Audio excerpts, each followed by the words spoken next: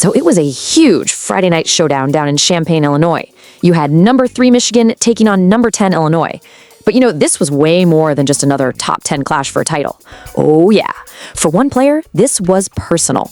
I want you to just imagine this for a second. You step onto the basketball court, a place you used to call home, and you're just hit with this wall of sound, a chorus of boos.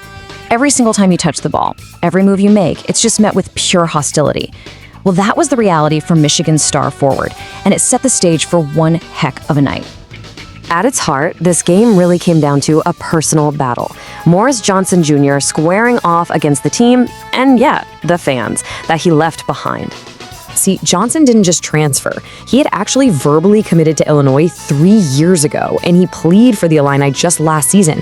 So when those boos rained down from the stands, they weren't just for some random opponent. No, they were for a guy they once considered one of their very own. So how in the world do you respond to a crowd that's dead set on getting inside your head? Well, if you're Morez Johnson Jr., you go out and drop 19 points on him. And get this, 13 of those points came in the first half alone. That was a pretty clear message. All that noise, it wasn't going to break him. And he was just getting started. He also went and grabbed 11 rebounds, locking in a totally dominant double-double. This wasn't just a good game, folks. This was a statement. It was a masterclass in focus and power, all while under some seriously intense psychological pressure. Johnson's personal dominance was the fuel for a massive turning point in the game. A moment that just ripped control away from Illinois and put it right into Michigan's hands for good. Okay, so here's how it went down. Illinois jumps out to a 16-11 lead, and their home crowd is absolutely electric. But then, Michigan answers back with an 11-point unanswered run. And the exclamation point? A clutch three-pointer from the one guy they were all booing, Morez Johnson Jr.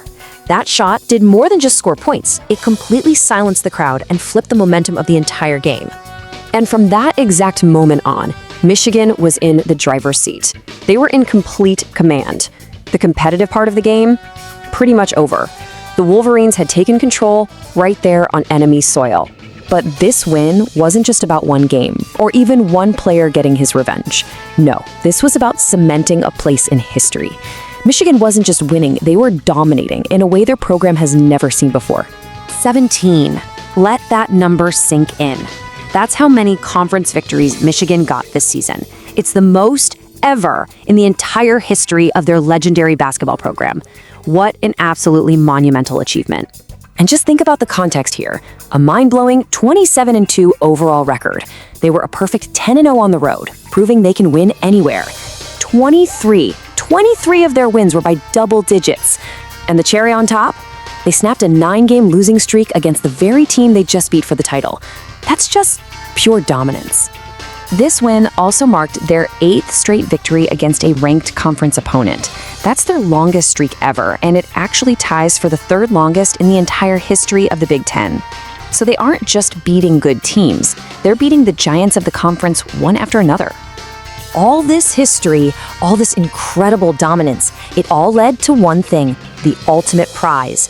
Michigan wasn't just a champion, they were the champion. No arguments, no disputes. And let's be really clear what outright means, because it's a big deal. It means no sharing the trophy, no co-champions. It means you stood completely alone at the very top of one of the toughest conferences in all of college basketball. Michigan earned this title, unequivocally. And there it is, the final statement, 84-70, a 14-point win over a top 10 rival on their home court with a championship on the line. I mean, it really does not get more emphatic than that.